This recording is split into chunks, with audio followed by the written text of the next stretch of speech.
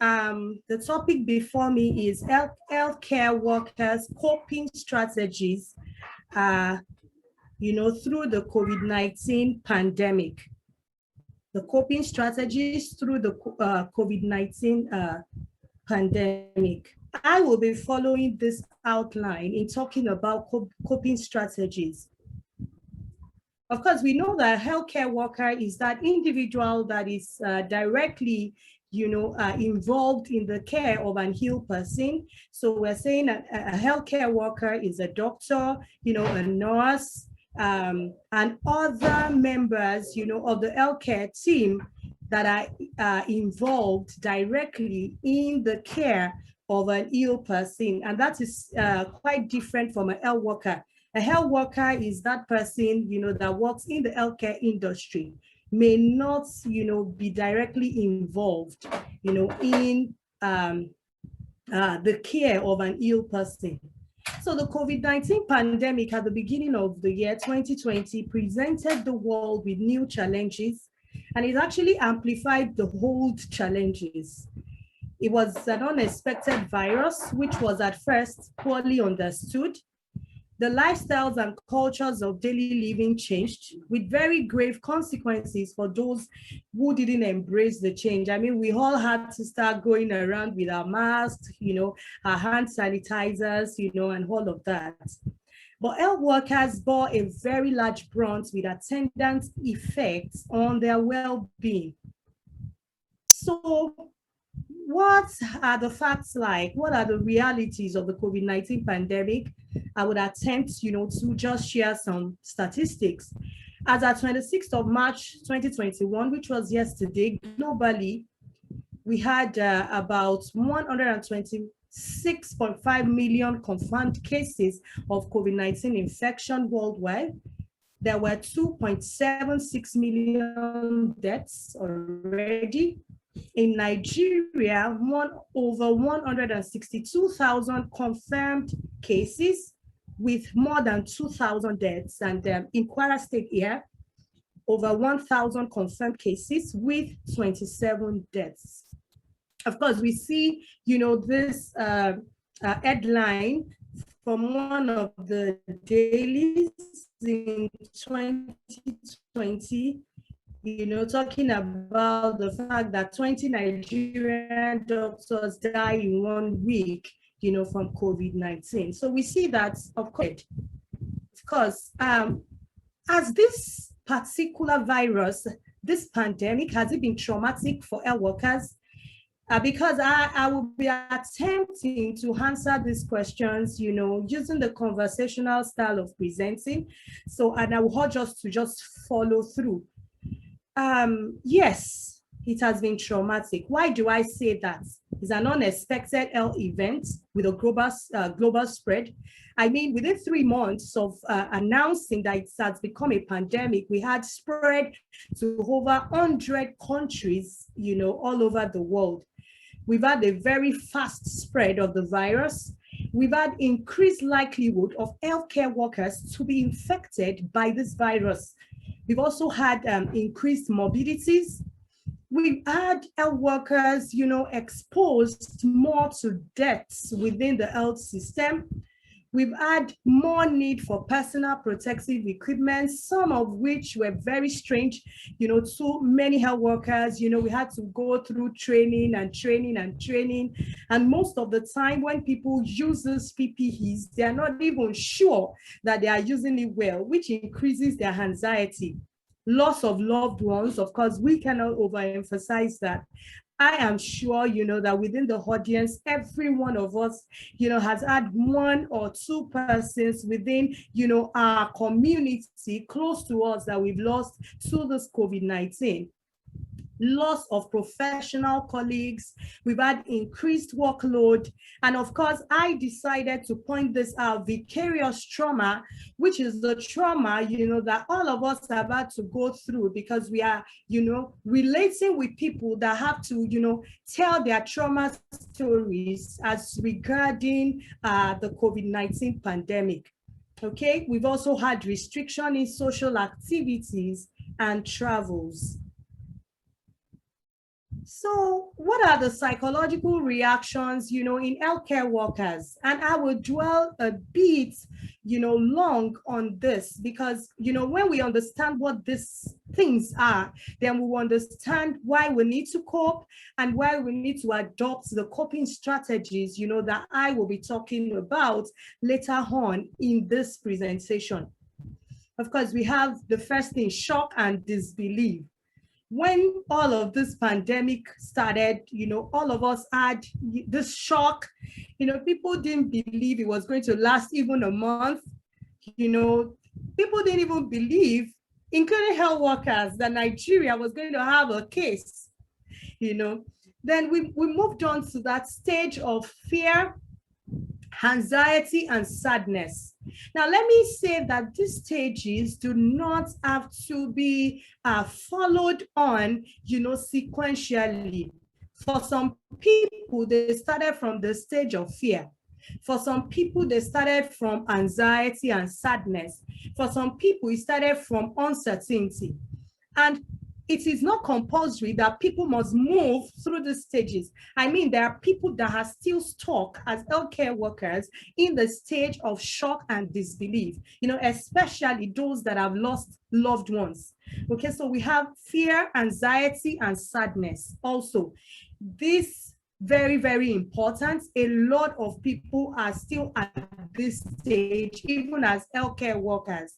Sadness, because they've witnessed the loss of colleagues, they have lost loved ones, they have had to relate, with people that have lost their loved ones.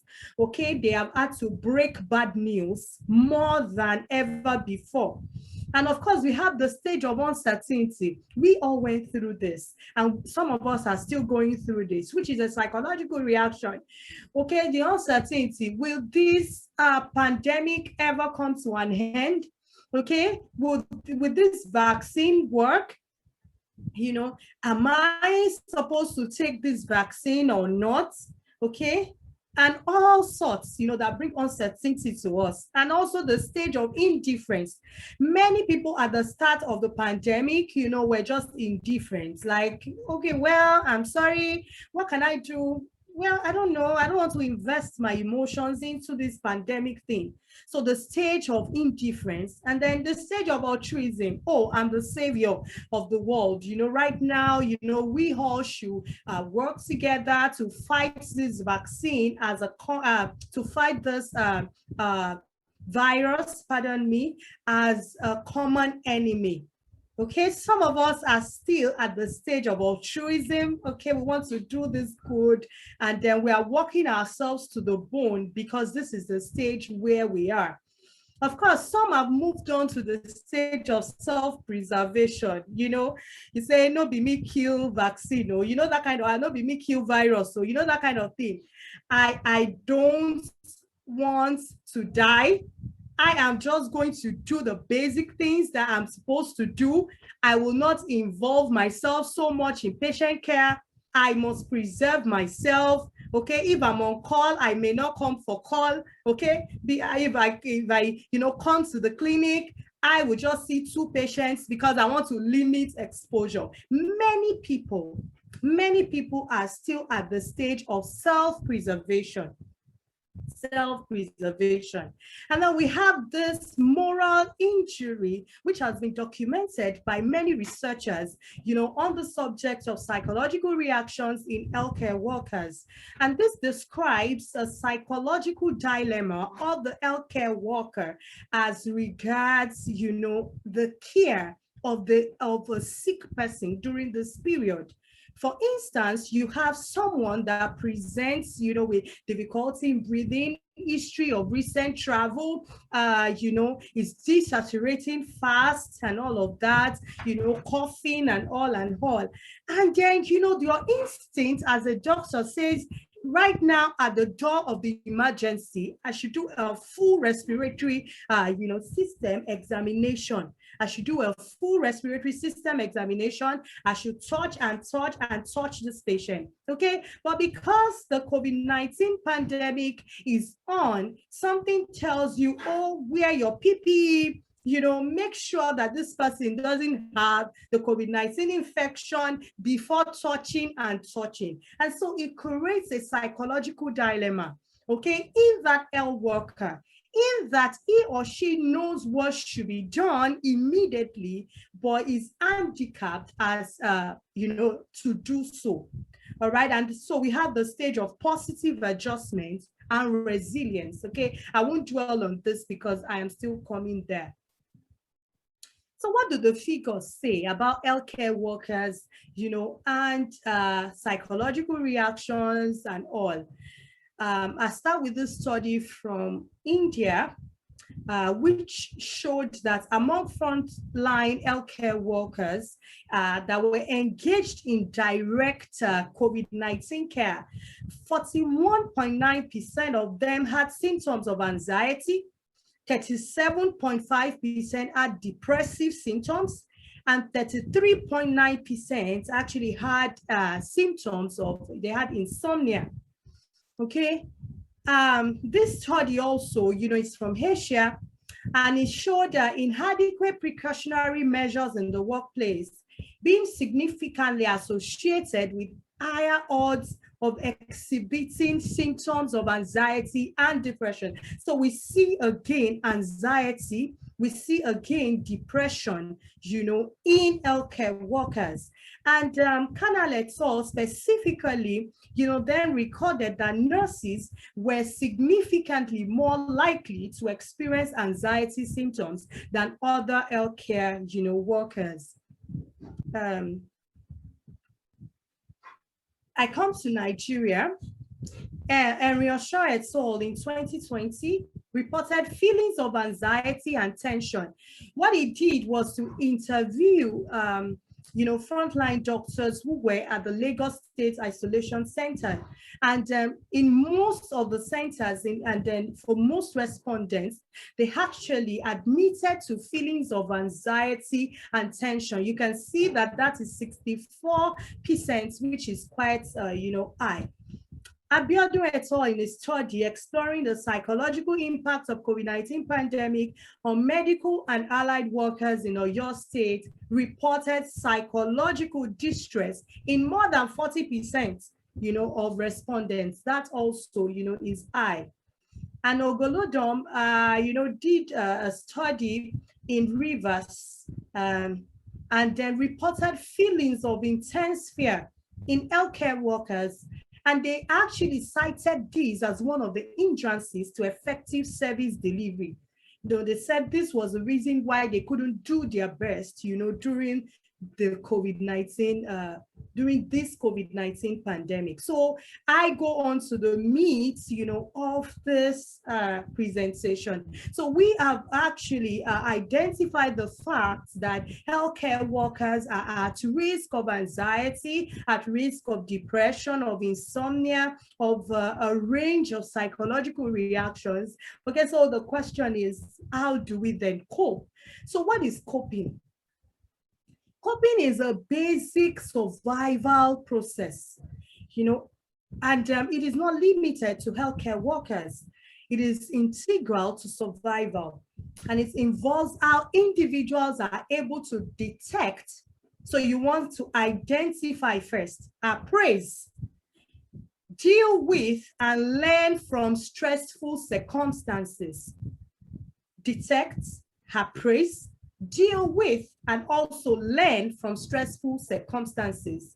So it is interesting, to note that how you learn, the lessons that we are all learning from the COVID-19 pandemic right now as health workers is actually part of our coping. And we know that coping is actually regarded as a basic block of resilience.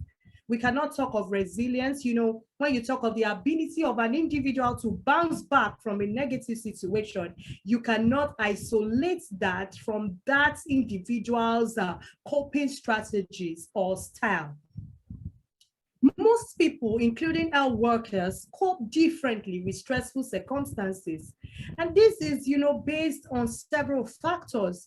Your personality as an individual will dictate how you cope during this period, okay? Your your social support system that you have available will determine how you cope during this period. An history of a psychological or physical illness may determine how you cope, with a negative situation. So there are different factors that may actually influence how a health worker copes. Previous history of traumatic or stressful, intensely stressful situations or circumstances may also dictate how an individual copes, with a stressful situation, negative situation, or in a pandemic, situation. When an individual then, as it is in this case, a health worker uses a set of coping strategies to address negative situations, then it becomes, a coping style. If that is what you use, repeatedly. Lazarus and Folkman actually divided coping into two. Emotion focused, in which the individual does activities to reduce the distressful emotions. Okay, you're feeling sad, you're feeling anxious, and so you focus on these emotions and you want to actually stop them. Problem focused is actually tackling that negative circumstance and seeking help concerning it. And I said both of them can be adaptive or maladaptive.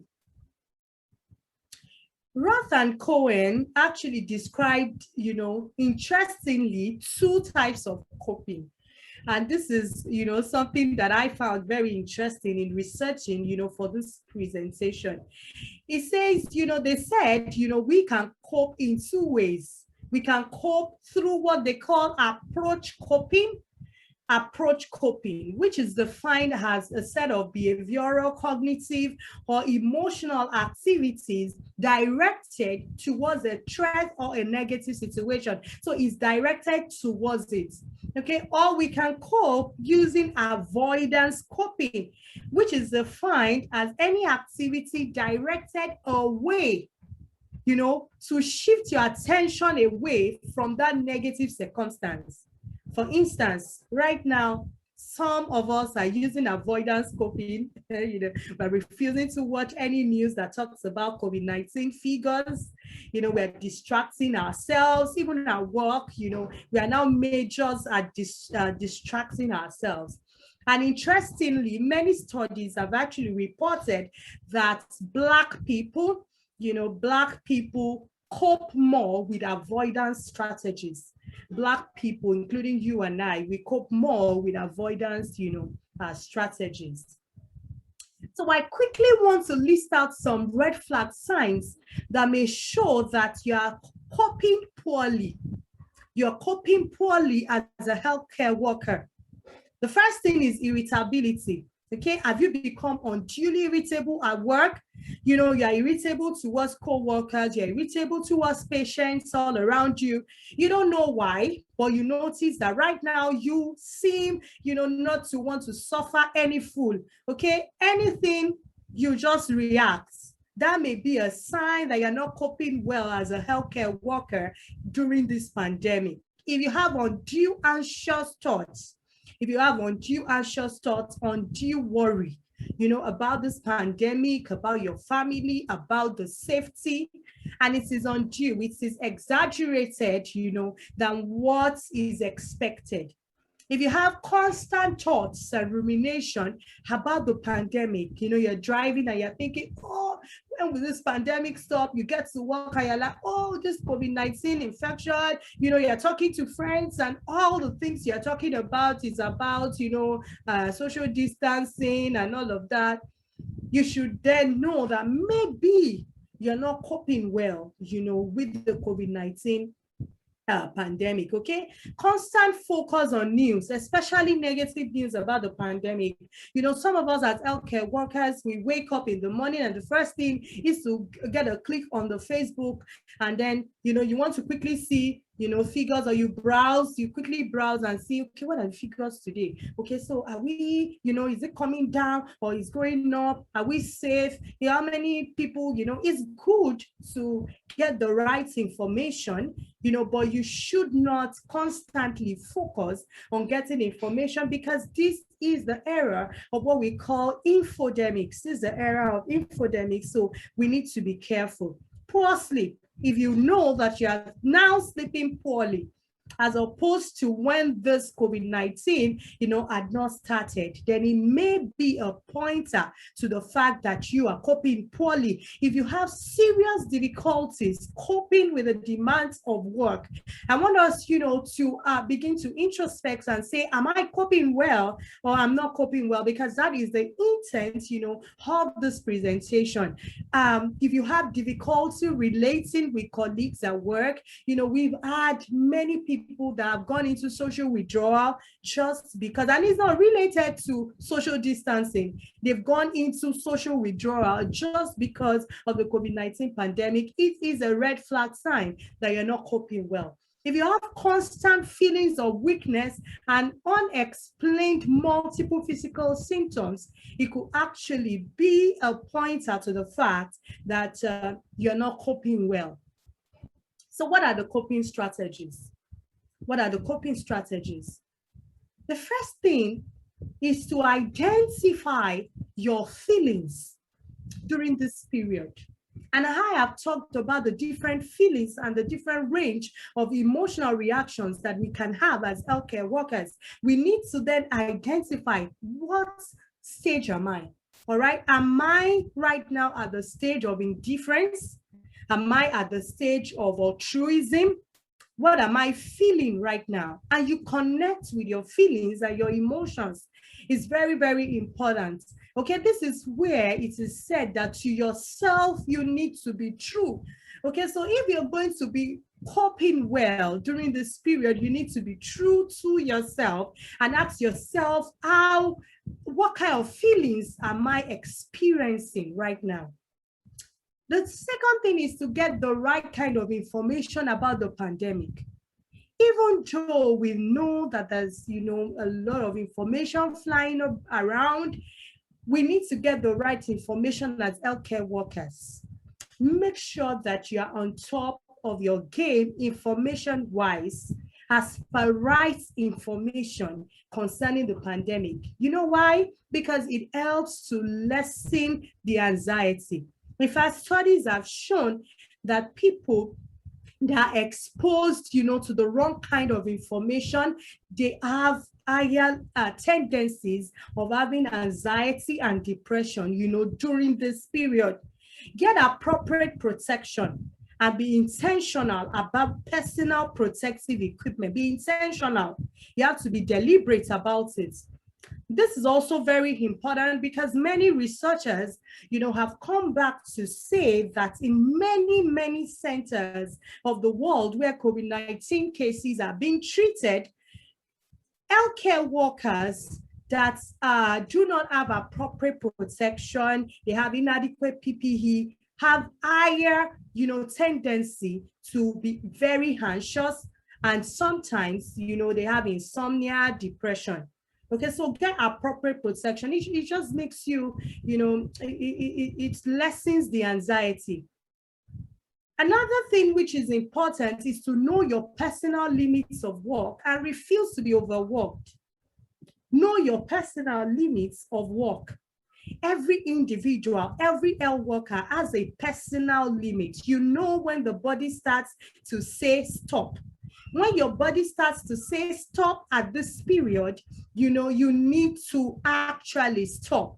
So there's a personal limit. I know that some of us are still stuck at the altruistic stage, where we want to be the one to manage every COVID-19 case. We want to just do everything, to fight this virus.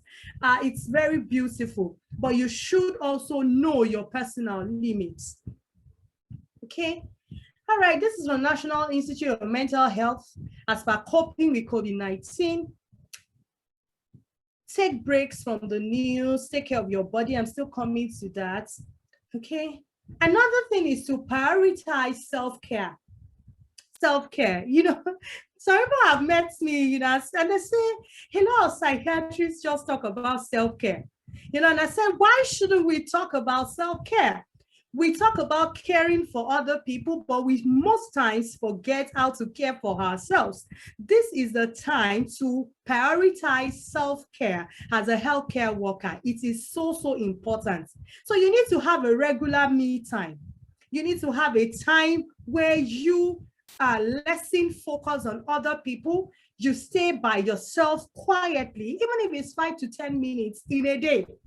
For some of us, when we drive into the house, we roll up our glasses in the car, put on some good music for 5 to 10 minutes, and just relax, with ourselves. So self-care, having a regular me time with yourself, by yourself during this period is so important. Sleep well, especially night sleep. I know many of us, have problems with sleeping well. Many of us, okay?